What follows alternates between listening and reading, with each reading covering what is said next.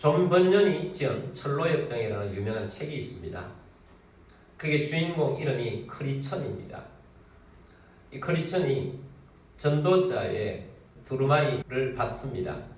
멸망의 도시에 살았는데 전도자의 두루마리를 펼쳐보니까 진노를 피하라 라는 메시지였습니다. 그리고 그 멸망의 도시를 떠나 좁은 문을 두드려서 나아가면 어떤 길이 구원의 길일지를 가르쳐 줄 것이다 라고 해서 좁은 문을 두드렸고 좁은 길을 걸어가며 구원의 길을 걸어가서 결국 천성에 이른다, 천국에 이른다 하는 그런 내용으로 책이 되어 있습니다. 철로역정에서는 구원이라는 것을 우리 인생 전체에 믿음으로 살아가는 그 모습으로 그려놓고 있습니다. 구원의 길은 두 가지가 있습니다. 율법의 길, 또 믿음의 길입니다. 많은 사람들이 율법을 따르면 천국에 갈 수 있다고 믿고 살아가고 있습니다. 세상에 있는 모든 종교들은 다 율법 종교입니다. 모든 이단들은 율법으로 구원을 받을 수 있다고 말합니다. 그리고 일부 개신교에서도 율법으로 천국에 간다고 말을 하고 있습니다. 타 종교에서도 율법이 없는데 율법으로 어떻게 간다고 말하느냐라고 말할 수 있습니다. 여기 율법이라는 것은 율법을 지켜서 행함으로 구원을 받는다는 것을 포함하는 말인 것입니다. 오늘 본문 2장 14절 15절에서는 행함을 하는 사람들을 율법 아래에 있다고 말합니다. 14절 말씀 보겠습니다. 율법 없는 이방인이 본성으로 율법의 일을 행할 때에는 이 사람은 율법이 없어도 자기가 자기에게 율법이 되나니. 자, 율법 없는 이방인은 본성으로 율법의 일을 행한다. 본성이 있다는 것입니다. 이 사람은 율법이 없어도 자기에게 율법이 된다는 겁니다. 15절입니다. 이런 이들은 그 양심이 증거가 되어 그 생각들이 서로 혹은 고발하며 혹은 변명하며 그 마음에 새긴 율법의 행위를 나타내느니라. 아멘. 하나님께서 우리 사람을 만드실 때 하나님의 형상으로 창조하셨습니다. 인간이 타락했죠. 타락을 했으나 하나님께서는 우리 인간의 양심을 남겨두셨습니다. 양심의 소리는 하나님의 율법 아래에 있는 그 마음을 가지고 살아가게 된다는 것입니다. 그래서 우리 기독교인이 아니라 할지라도 성경을 모른다 할지라도 양심이 율법이 되어서 그렇게 산다는 것입니다. 그래서 사람들은 양심이 있습니다. 율법이 없어도 도둑질하지 말라라는 양심의 소리를 듣고 삽니다. 율법이 없어도 간음하지 말라라는 양심의 소리를 듣고 삽니다.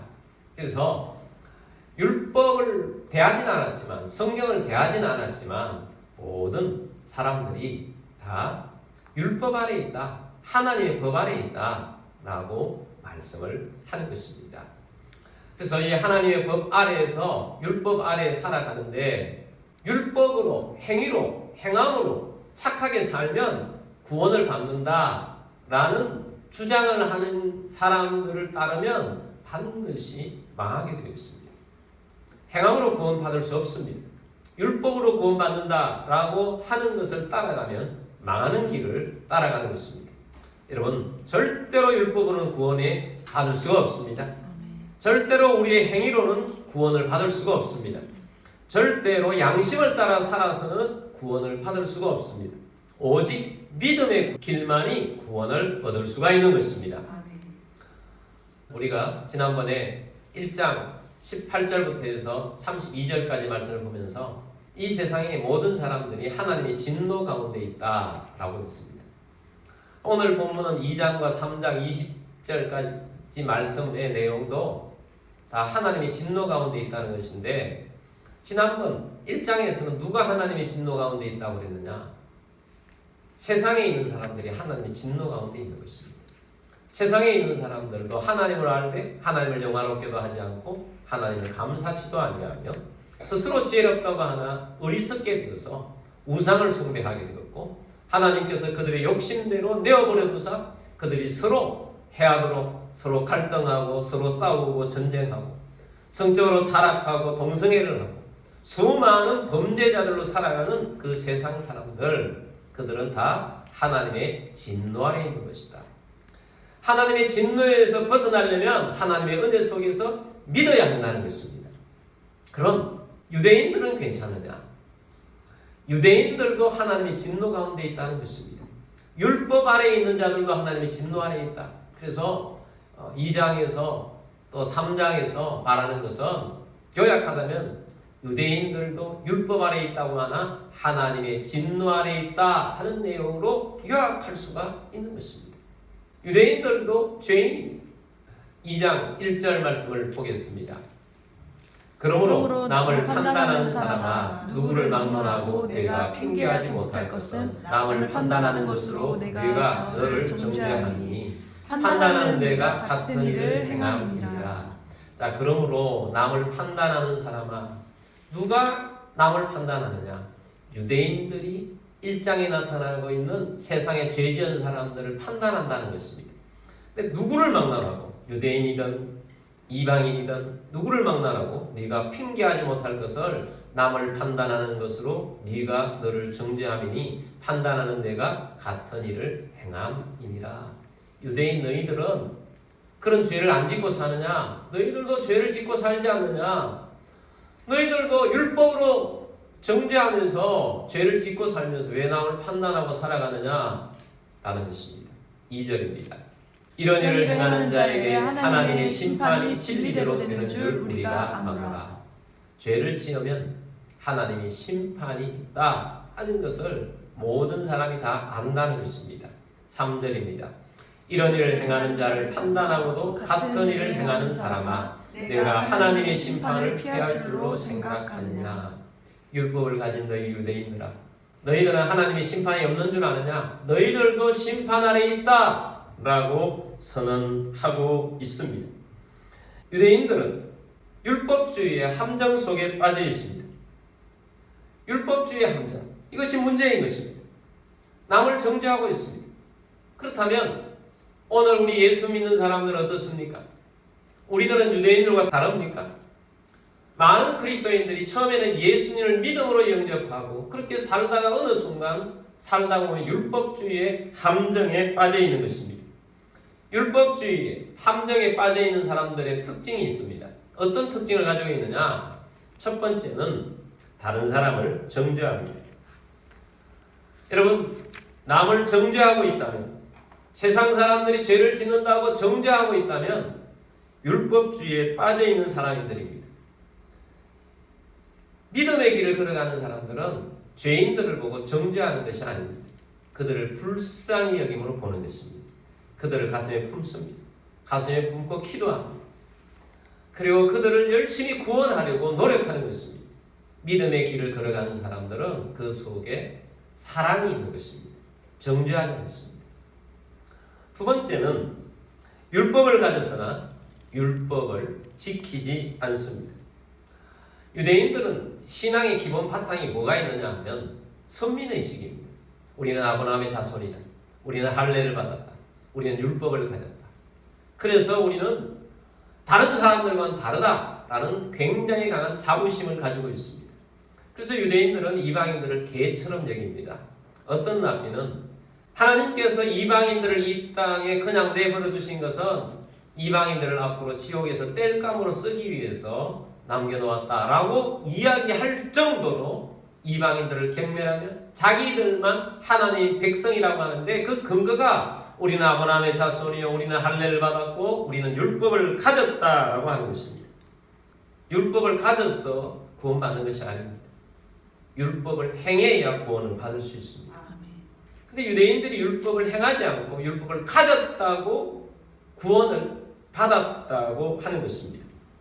이런 율법을 가지고 있다고 할지라도 말씀을 가지고 있다고 할지라도 행하지 않으면 구원을 받을 수 없는 것입니다. 그래서 로마서 2장 12절 말씀에서는 이렇게 말씀합니다. 무릇 율법 없이 범죄한 자는 또한 율법 없이 망하고 무릇 율법이 있고 범죄한 자는 율법으로 말미암아 심판을 받으리라. 아멘. 율법 없이 범죄한 자, 세상 사람들이죠. 또한 율법 없이 망하고 율법이 있고 범죄한 자, 유대인들이죠. 유대인들은 율법으로 말미암아서 심판을 받는다라는 것입니다. 여러분, 유대인들만 선민의식이 있습니까? 우리 그리스도인들은 그런 의식이 없습니까? 우리 예수를 믿고 처음에는 감격하고 감사하며 살았는데, 먼저 믿었는데 믿음을 살다 보니까 믿음이 익숙해지고 믿음이 형식화되고 하나님의 사랑이 내 속에 있는 듯 없는 듯 그런 모습이 있는 것입니다. 나는 하나님의 사람입니다. 나는 일찍 예수를 믿었습니다. 나는 내 조상 때부터 예수를 믿었습니다. 어떤 선민의식, 자부심은 있는데 하나님 말씀을 가졌는데, 그런데 감동과 감화가 없고 사랑이 없다면 진정한 믿음의 사람이 아닌 것입니다. 현대 기독교인들의 문제가 바로 이것입니다. 여러분, 많은 세상 사람들이 기독교인들의 손가락질하는 이유가 무엇입니까? 너희는 너무 이중적이라는 것입니다. 교회 다닐 때는 어떨지 모르겠는데 세상에는 우리와 똑같아서 다를 바가 하나도 없다는 것입니다. 왜 그렇습니까? 왜 그런 일이 납니까? 하나님의 말씀을 가졌으나 말씀을 행하지도 않습니다. 지키지도 않습니다. 순종하지도 않습니다. 여러분, 왜 그런 평가를 받고 살아갑니까? 예수를 믿지 않아서 그렇습니까? 말씀이 우리에게 없어서 그렇습니까? 예배를 드리지 않아서 그렇습니까? 기도를 하지 않아서 그렇습니까? 왜 그렇습니까? 예수를 믿는데 제대로 믿지 않기 때문입니다. 제대로 믿는다고 하실 때 사람들은 어떻게 말합니까? 저 사람 진짜다. 저 사람 변했어. 전에와 달라. 완전히 다르다. 완전히 변했어. 사람들은 그렇게 이야기합니다. 진짜 예수 믿는 사람들을 만나면 저 사람은 진짜 예수 믿는 사람 같다. 그렇게 이야기합니다. 모든 사람들이 다 그리스도인이면 다 똑같이 봐야 되는데, 그리스도인들 중에 저 사람은 진짜 같다라고 하는 것은 다른 사람은 뭐 같다 하는 거예요? 가짜 같다는 것입니다. 복음은 하나님의 능력입니다. 복음은 하나님의 능력입니다. 변화시키는 하나님의 능력입니다. 복음은 먼저 내가 받아들였으면 나부터 변화시키는 하나님의 능력입니다. 나를 변화시키지 않는 복음은 아직 복음을 만나지 않은 것입니다. 복음이 내게 없는 것입니다. 예수를 제대로 만난 것이 아닙니다. 예수를 제대로 만났다면, 예수님 내 안에 살아계시다면 그렇게 살지 않는다는 것입니다. 예수 구원이 그렇게 헛된 것이 아니라는 것입니다. 유대인들, 남을 판단하고 행하지 않는 그 유대인들에게 하나님께서는 어떤 것이 임해 있다고 말하느냐? 세상에 있는 사람들만, 하나님 모르는 사람들만 하나님의 진노가 있는 것이 아니라 유대인 너희들에게도 하나님의 진노가 있다라고 사도 바울은 2장과 3장에서 설명을 해주고 있습니다. 왜 그들에게 진노가 있습니까? 그들이 죄인이기 때문입니다. 로마서 3장 9절 말씀 보겠습니다. 그러면 어떠하냐? 우리는 나으냐? 결코 아니라 유대인이나 헬라인이나 다 죄 아래에 있다고 우리가 이미 선언하였느니라. 사도 바울이 말합니다. 유대인도 헬라인도 이방인들도 모두가 다 뭐 아래에 있다고요? 죄 아래에 있다고 선언하는 것입니다. 죄 아래에 있으면 하나님의 심판이 있는 것입니다. 여러분, 무서운 일입니다. 우리가 믿음을 가졌다, 믿음을 가진다는 것이 중요한 것, 얼마나 귀한 일인지를 우리가 깨달아야 합니다. 이방인들도 하나님의 진노 가운데 있고 유대인들도 하나님의 진노 가운데 있는데, 믿으면 구원이 있는 거예요. 믿으면 천국이 열리는 것입니다.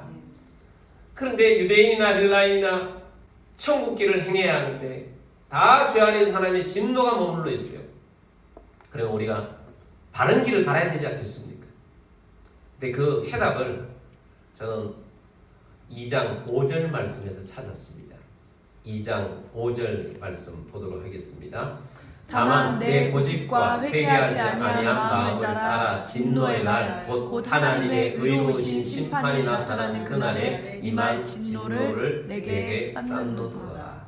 제 말씀 보면 유대인들이 너희 고집이 있고 회개하지 않는 마음을 가졌기 때문에 진노의 날 하나님 반드시 진노하는데 너희는 하나님의 진노를 쌓고 있다는 것입니다. 반대로 하나님의 진노를 없애려고 하면 두 가지가 있어요. 뭘 버려야 하느냐?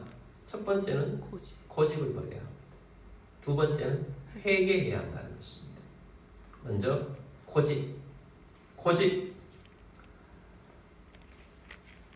유대인들이 고집이 얼마나 셉니까? 대단합니다. 유대인들이 고집을 가진 것은 선입관입니다. 예수님이 오셨어요. 구원자로 오셨어요. 근데 그들은 예수님을 보면서 메시아로 받아들일 생각을 가지지 않습니다. 그들은 고집이 있었어요. 어떤 선입관이 있었느냐? 예수는 마옥간에서 태어났어요. 나사렛에서 무슨 선한 일이 있어? 나사렛 사람은 안 돼. 저 사람은 안 된다는 것입니다. 그 사람이 구원자라고 하니까 보기가 싫었습니다. 왕족이 아니라. 근데 예수님은 사실상은 다윗의 자손입니다. 근데 왕으로 살지 않는다고 해서 예수님은 안 돼라고 했습니다. 그리고 예수님을 십자가에 못 박는데 적극적으로 동참합니다. 빌라도가 안 된다고 하니까, 이 사람 풀어줘야 한다고 하니까 뭐라고 합니까? 저의 핏값을 우리와 우리 자손들에게 돌리라고 합니다. 그 정도로 고집을 피웠어요. 그 말대로 로마가 들어와서 이스라엘을 완전히 망하게 했습니다. 포로로 다 끌고 가서 다 이 지상에 다 흩어버렸어요. 이스라엘이 1945년에 해방되기 전까지 무려 1900년 동안 고통을 받았습니다. 그리고 하나님의 은혜로 유대인들은 다시 이스라엘 나라를 건국하고 지금도 살아가고 있습니다. 이스라엘 나라 안에도 소수가 예수님을 영접하고 믿음을 가지고 살아가고 있는데, 누가 그 사람들을 엄청나게 핍박하는 줄 아십니까? 유대인들이 오늘날도 그 사람들을 핍박하고 있습니다. 믿는 자들을 핍박하고 있습니다. 어떤 사람들은요, 예수 믿는 사람 집에 불을 질러가지고 일가족을 다 몰살시키는 일도 있어요. 고집을 버리지 않고 있습니다. 유대인들이 고집을 버리지 않고 있어요. 고집 버려야 하는 것입니다. 여러분, 오늘 우리들이 이 땅 가운데 살아가면서 하나님 말씀이 오면 내 고집을 버려야 합니다. 내 생각을 버려야 합니다. 내가 가지고 있던 여러 가지 선입관들을 버려야 합니다. 내가 좋아하는 거, 이거 안 돼요 하는 거 버려야 합니다. 결단을 내려야 합니다. 근데 하나님 말씀이 오는데도 불구하고 내 고집을 여전히 가지고 있는 그 마음을 강팍한 마음이라고 성경은 언제나 표현합니다. 성경에서 가장 강팍한 사람이라고 표현되어 있는 사람이 애굽의 바로 아닙니까? 바로는 모세로부터 10가지 재앙의 말씀을 계속해서 받았어요. 근데 하나님이 계속해서 바로의 그 마음을 강팍하다고 말합니다. 바로가 강팍한 만큼 고통의 세월을 보냅니다. 계속해서 진노가, 하나님의 진노가 애굽에 떨어집니다. 마지막 10번째 재앙, 장자 죽음의 재앙이 임하자 그때도 마음이 강팍했는데, 자기 아들이 장자가 죽자 그때 이스라엘아 나가라, 도저히 너희들과 함께 못 있겠다, 나가라고 한 것입니다. 항복한 것입니다. 그만큼 했으면 됐지 않습니까? 그런데 내보내고 나니까 다시 마음이 되돌아왔어요. 고집이 다시 되돌아왔어요. 강팍한 마음이 되돌아왔어요. 안 되겠다. 자기의 친일병들, 최고의 군사들을 이끌고 만병을 이끌고 다시 뒤쫓아갑니다. 가보니까 홍해가 갈라져 이스라엘 백성들이 그 마른 땅으로 가고 있습니다. 바로가 고집을 끊지 않고 명령을 내립니다. 모든 군사들은 저 안으로 들어가서 저 이스라엘 백성들을 다 끌고 오너라. 고집을 피웠습니다. 어떻게 됐습니까? 고집을 피운 만큼 다 망하게 된 것입니다. 여러분, 우리는 하나님 백성들로서 내가 가지고 있는 고집들을 버려야 합니다. 어떤 사람들이 하나님 말씀에 순종할 수 있는 줄 아십니까? 내 고집을 꺾은 사람들입니다. 내 생각들을 내려놓는 사람들입니다. 그래서 하나님 말씀에 순종한, 하나님 앞에서 살고자 하는 것입니다. 여러분, 예수님께서 오늘 우리에게 말씀하시는 것은 내가 너의 구원자이고 내가 너의 주인이고 내가 너의 왕이다. 내가 너와 동행할 거니 너의 고집을 내려놓아라. 내가 말씀한 대로 따라오라. 그 말씀을 하고 있는 것입니다. 여러분, 오늘 주님 말씀 앞에서 결단하게 되기를 바랍니다. 주님 돌이키고 주님 앞에서 살겠습니다. 주님 말씀으로 살겠습니다. 예수 믿는 사람으로 살겠습니다. 그런 마음으로 사는 우리들이 되기를 주의 이름으로 축복합니다. 아멘. 여러분, 우리가 고집을 꺾지 않고 계속해서 그렇게 살아가면 애국의 바로처럼 고통이 있겠죠. 하나님이 우리 믿는 자들에게는 아예 심판 아니라 채찍이죠. 사랑이에요. 하나님의 사랑이면 가짜가 아닙니다. 솜방망이가 아니라는 거예요. 종이로 만든 채찍이 아닙니다. 진짜 아픕니다. 진짜 힘듭니다.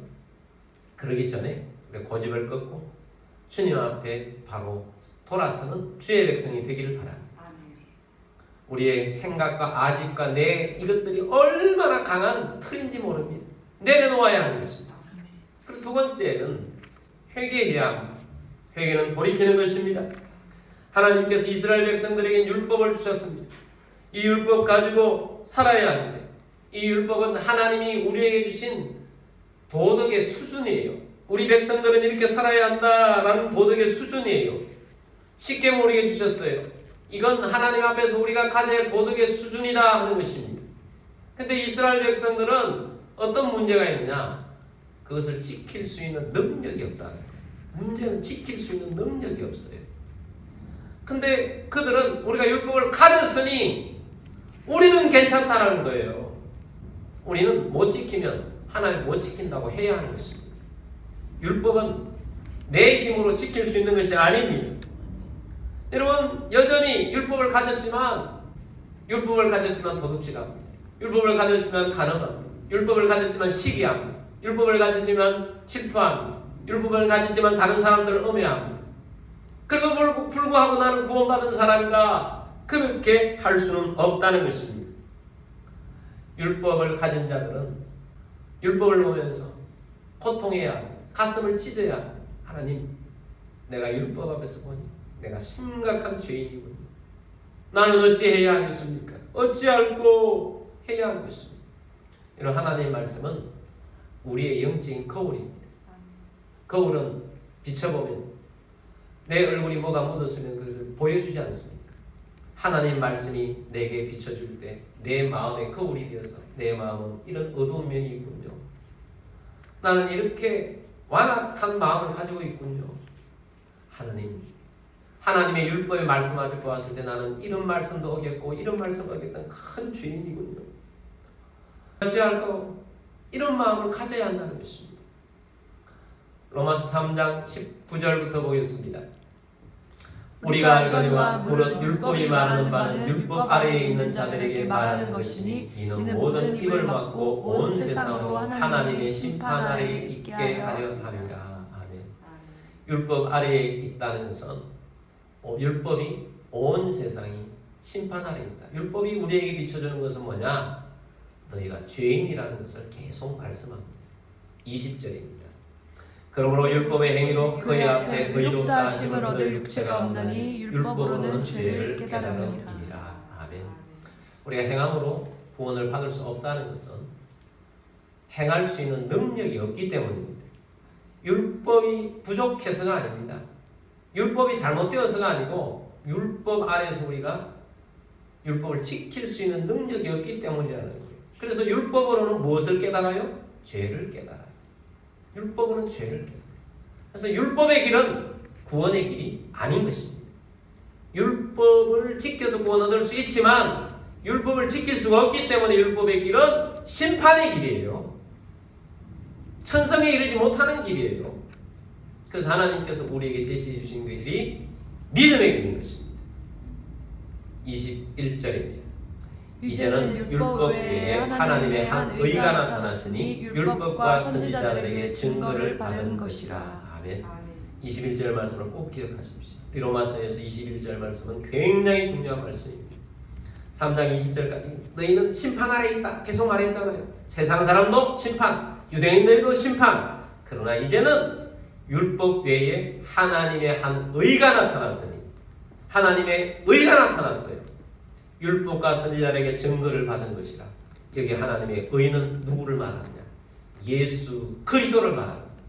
예수 그리스도께서 나타나셔서 예수 그리스도가 의가 되셔서 우리에게 의를 입혀주셔서 우리로 하여금 의인으로 만들어주시는 것입니다. 우리는 예수 그리스도의 의를 옷 입은 것입니다. 하나님의 의가 나타났습니다. 어떻게 이 옷을 입느냐? 믿음으로 입는 것입니다. 그래서 우리는 믿음의 길을 걸어가는 것입니다. 믿음의 길을 걸어가는 믿음으로 살아가는 주의 백성이 되기를 주의 이름으로 축복합니다. 아멘. 율법으로 앞에서 우리가 무능하지만 예수님이 내신 믿음의 길을 걸어가면서 우리는 천성을 향하여서 찬송하며 나아가는 것입니다. 베드로가 수많은 백성들이 모여서 의아하는 그곳에서 설교를 합니다.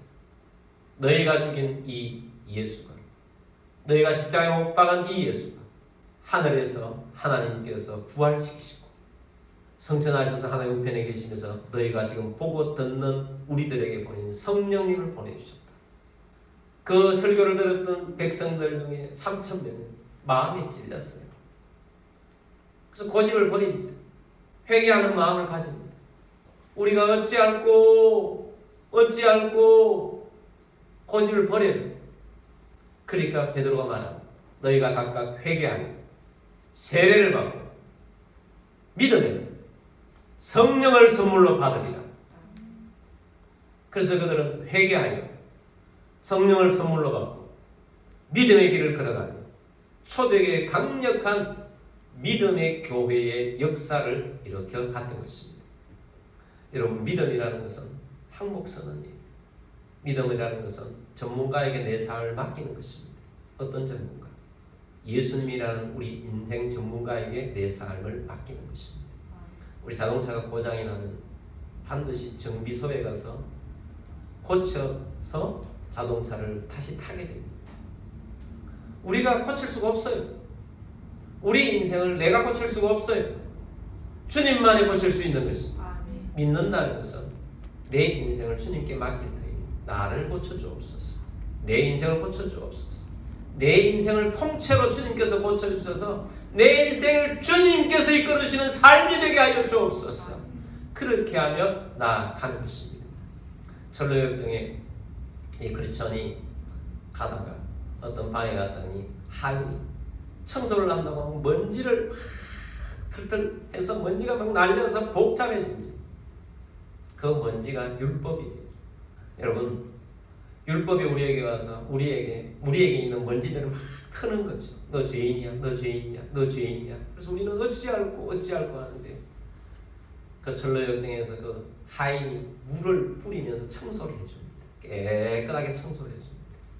우리는 예수 그리스도의 피로 깨끗하게 우리를 청소시켜 주셔서 인생을 회복시켜 주는 거예요. 그래서 우리가 믿음의 길을 걸어가며 변화된 인생으로 주님이 주신 이 믿음의 길을 걸어가면서 주님의 사랑을 가지고 이 땅을 살아가는 것입니다. 그럼 여러분, 오늘 우리들이 어떤 길을 걸어가야 할 것인가? 율법의 길이 아닙니다. 내가 행하는 것이 아닙니다. 주님과 동행하면서 주님을 따르는 길입니다. 내 고집을 버리고 회개하고 주님 안에서 살겠다고 결단하며 살아가는 우리들이 되기를 바랍니다. 고장난 인생 예수님께 맡기시길 바랍니다. 주님께서 우리의 인생을 고쳐주실 것입니다. 믿음의 길만이 생명의 길이요, 구원의 길이요, 천성에 이르게 하는 길입니다.